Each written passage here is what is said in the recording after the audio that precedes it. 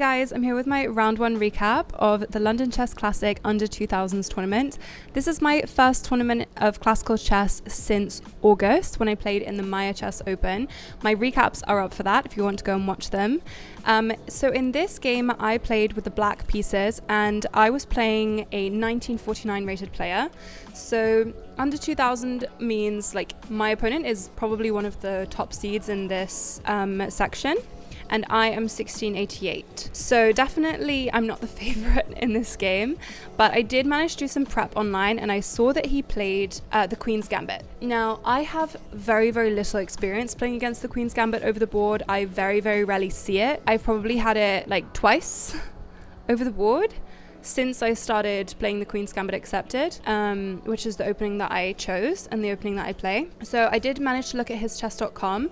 I saw that he played this knight c3 line. So I was able to prepare for this, and obviously the idea is that if they don't stop us, we will play b5 and we will hang on to our pawn. And then it is a real Queen's Gambit because we have capped the pawn. So here I saw that he played a4, which is not the best move in this position, but it definitely does stop black from playing b5, and it makes it trickier because there are lines with kind of e5 and then we can play b5 and b4 is played if they ever play a4. So that makes it much more complicated. So he played exactly as he had played before, and I played knight to c6.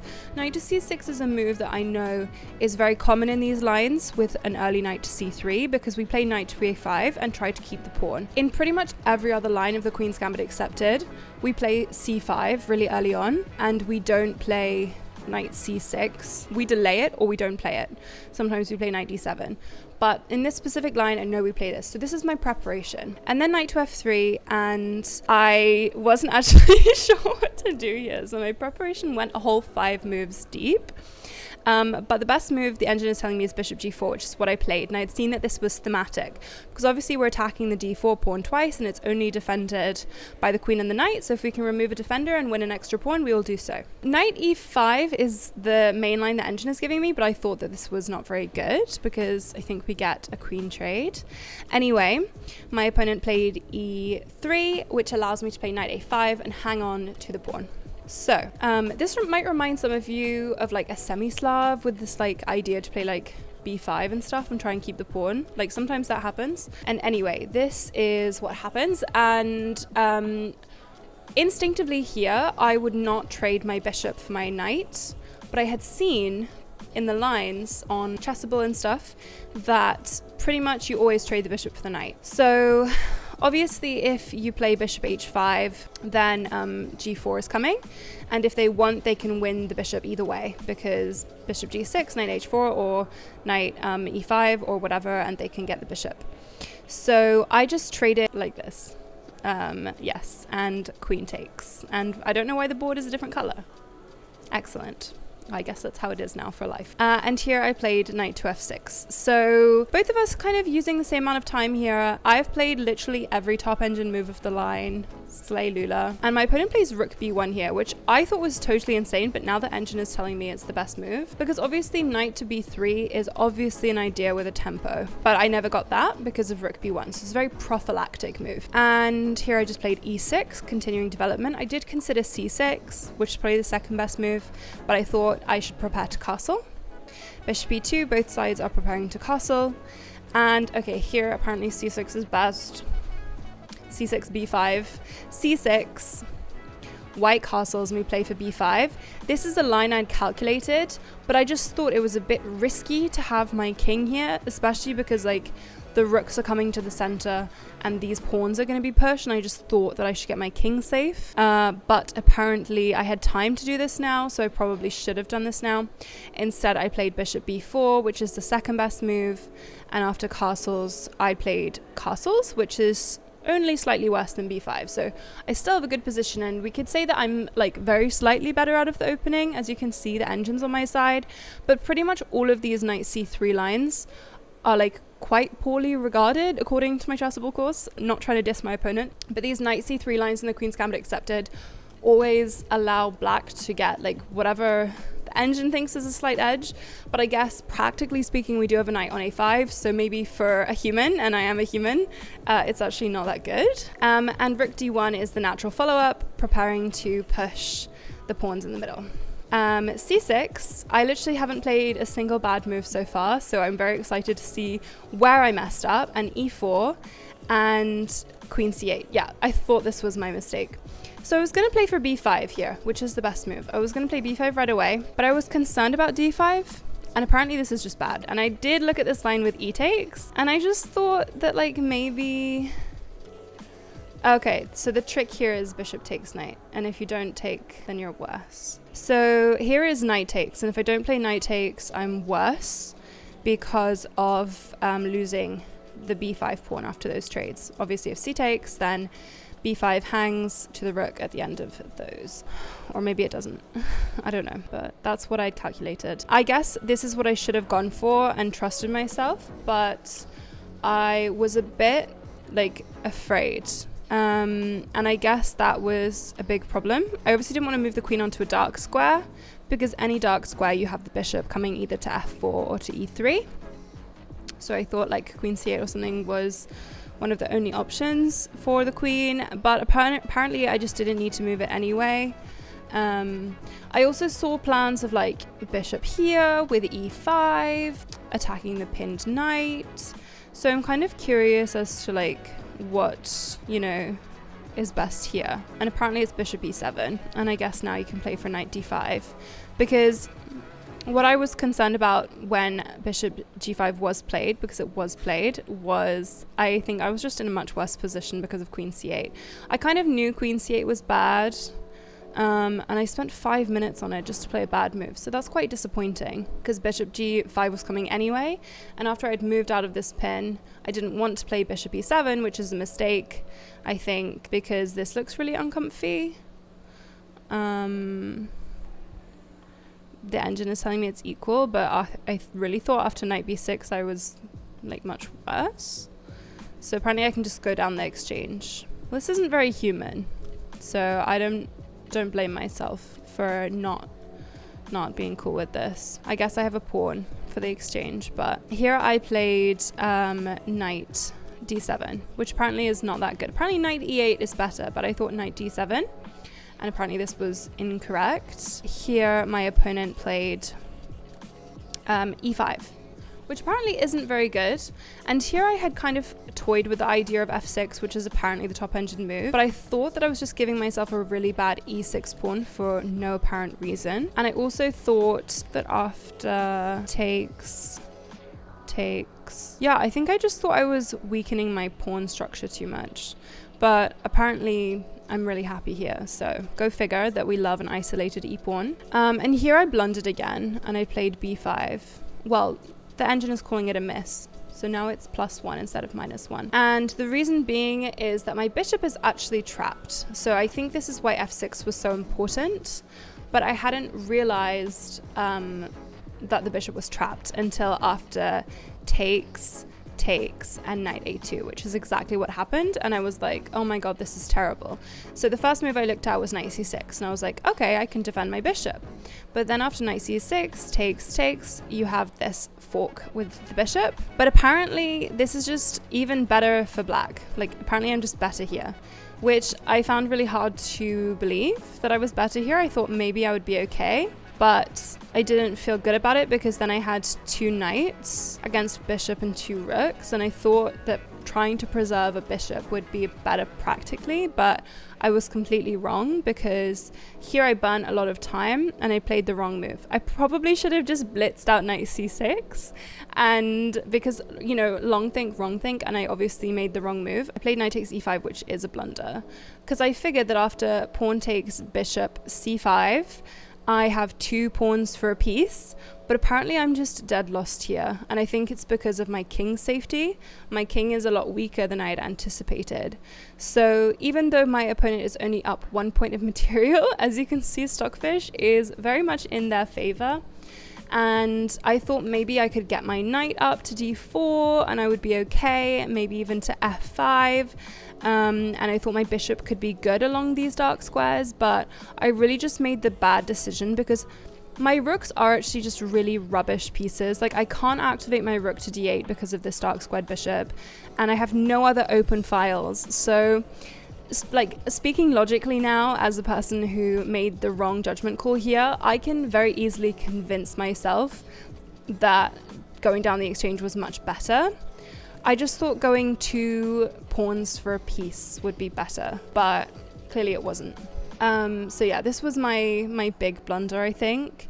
And I think I like burnt 20 minutes and then I just blundered. Because I looked at like quite a lot of options. I also looked at f6. This was like something that I calculated a lot, but I calculated queen g4, and queen g4 is the best move for white, because now I'm just much worse. Because of the weak e-pawn, which is why I didn't want to play f6 earlier, but earlier it was okay. Yeah, and now it's just much worse because I'm gonna lose material. I should have just gone down the exchange, and when I analyzed with my opponent after the game, he agreed that I should have gone down the exchange, and I think I was just too afraid to go down the exchange, and I was just hoping that maybe if I could like win another pawn or something, I would be equal in material, whereas down the exchange is like down the exchange, you know? Even though last time in my last tournament I went down the exchange and I had a much better position. So tactical exchange sacrifice can be the right thing to do. I guess I just wasn't in the right headspace for that here, and I obviously blundered. But now I can see that my king is just very weak. Rook e8, because I know that either bishop h6 or bishop f6 is possible. So I'm wondering if I need to bring my bishop back to f8. And then the knight is coming round. And I want to bring my knight round, but then there's a pin, which I did see, and I did consider playing knight b3 first, but then there's nothing stopping them from getting this tempo on the rook either way, and there's also nothing stopping them from just bringing the knight. Maybe I played the wrong move order, but I really think at this point I'm just much worse that it doesn't really matter. So I probably should have played rook b8, but I thought maybe my rook could defend laterally from some kind of checkmate threat. Like if I moved my f pawn at some point, then my rook would be defending g7. So there was an actual thought behind that move. It wasn't just 50-50 coin flip, but clearly it was the wrong judgment call because my back rank is now slightly weakened. And then the knight comes, and basically what I hadn't really thought about in advance was the idea of knight f6. And knight f6 is actually the bigger threat than knight takes bishop and knight to d6, of course. And so I can't not save my bishop. I have to save my bishop, but everything is really bad. So knight e7 is what I played. It's the best move, but they can just take off the knight, and then knight to f6 check is winning. Basically, if I take the piece, then I'm essentially getting checkmated. Here I had calculated queen h4, queen c5, and I thought I survived by bringing the queen to f8. Oh, not like that. But the queen actually can come to g5, and then I don't have queen c5, and I can't bring the queen back to defend the checkmate. So this is what I saw, and I knew that I couldn't take. And basically, like, there's a way to defend with king h8 and rook g8, but then this rook comes and there's going to be a checkmate. There's forced mate in 12 apparently. So you cannot take the knight, and this is just something that I needed to have seen earlier from like when the knight was on c3 or something, I guess. And here I was just really low on time. I spent 5 minutes and I played like a really bad move, but I was essentially convinced I was being checkmated here regardless. And I thought here there was either something like knight g5, going for mate, and then I have to play g6, and then, you know, I'm weakening my king even more, or like queen here, and then there's definitely like threats of checkmate. The rooks are gonna come and my king is super weak. So basically I was doomed from the moment I gave up my piece for 2 pawns, and I really just needed to go down the exchange. So this was my key blunder. Like, I would say queen c8 was an inaccuracy, and I guess missing knight a2 wasn't even a big of a deal if you're stockfish, if you're considering the engine line that giving up the exchange apparently leads to an equal position, which it's hard to believe it leads to an equal position when, you know, your opponent has a bishop and 2 rooks and you've got 2 stupid knights, and what are the knights even doing? Because in like all of the lines of chessable I'd looked at, like black gets a knight on b3 and black gets a really nice knight in like an outpost, and my knights were just useless because I guess I didn't need to castle so early, and I could have played for c6 b5, and then once I'd played b5 I would have liberated my knight on a5, and I would have been able to actually make it a good piece earlier on in the game. And if I had moved my knight from a5, there never would have been knight a2, because then the bishop would have had a retreat square on a5. So I think that this has been a really instructive game. It's, like I said, I mean, it's the first classical game I've ever had in the knight c3 line of the Queen's Gambit Accepted, and it's like my third ever classical game in the Queen's Gambit Accepted. So I'm very inexperienced compared to my opponent, who is like in his 60s, and he's been playing d4 since before I was born. So he definitely has the experience advantage. But I think it was very, very instructive. It's not like any game I've had before. I definitely learnt a lot from it. To go to the ending of the game, if you guys want to see it, my opponent actually just took the exchange here because I guess you're up a full rook now. And then I'm playing with like 1 minute on the clock, and every move is bad, so it doesn't really matter what happens. Here I tried to play the illegal move a4. If you're watching the stream, you might have seen that I tried to play the illegal move a4, and my opponent was like, yeah, your pawn was here. And I was like, oh, but my opponent, being the good guy that he is, did not call the arbiter because I only had a minute left and I was already down a rook and he was clearly going to win this game anyway. So a5, and then here I think I should just play king g8. I was planning on playing king g8, but then there's bishop h5, and you know, my queen is looking very uncomfy, and like everything is just losing here, so I just took the rook, and then I'm playing on increment, so I actually just missed rook d8 here. Just in time trouble, I missed it. So you could say that I played this game in the style of Dingley Wren, in so much as I got into horrible time trouble, and I also did not get up from the board the entire time, like he famously did not do in game 1 of the World Chess Championship. He didn't get up from the board once. I also didn't get up from the board, and I also got into horrible time trouble. So I'm just like the World Chess Champion. And here I resigned because I'm going to be down a queen and a bishop. So I would have had a rook for a queen and a bishop, which is just not enough. And I'm going to get mated soon anyway. So yeah, this was very unfortunate, obviously, that I didn't just go down the exchange. But I think it was really unclear to me because I'm not the best at visualization, and I think I got very lost in the calculation of calculating f6, calculating knight c6, calculating knight takes e5, and going back to this position. I also looked at h6, you know, but then this bishop takes h6, which would be very bad. So I did calculate lots and lots of moves here, and I spent far too long because I was already down 20 minutes on the clock. And I just played the wrong move. So I think next time I just keep it simple, go down the exchange, because, like, let's be honest, my rooks are really doing nothing here in this position. And then I could at least have a really strong knight on d5 on this outpost. And I'm actually quite, like, comfy here, you know? And I can try to undermine with f6 at some point if I want to, but not forced. I don't know what they play. Queen g3 apparently. And now I can just, like, I don't know, try to push for a passed pawn, I guess. That's my plan. At least I have a solid plan here, as I can, like, bring the rook and push, try and get a passed pawn. So definitely this, like, now that I can see this physically on the board, this looks a lot more scary for me because there aren't all of those minor pieces around my king.